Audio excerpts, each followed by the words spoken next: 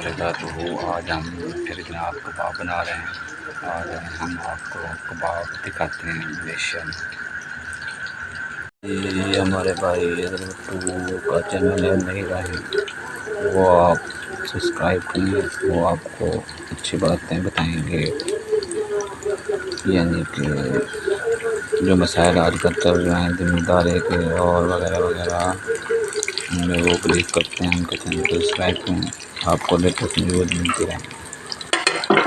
माशाल्लाह कबाब बहुत अच्छे बने हैं और यहाँ पे बहुत अच्छा कबाब बन गया और हनी भाई के लिए स्पेशल तस्वीरें उनको भेजेंगे, हनी भाई को तस्वीरें भेजेंगे।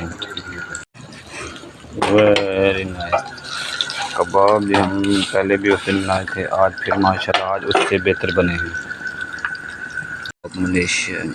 वेरी नाइस रोटी कबाब माशाल्लाह मलेशिया में। वेरी नाइस रोटी एंड कबाब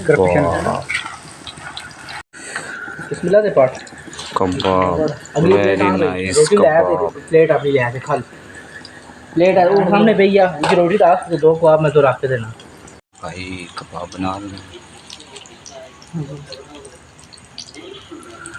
ये जो रोटियां बना रहे हैं, कबाब थोड़े रह गए, कबाब चले जा रहे।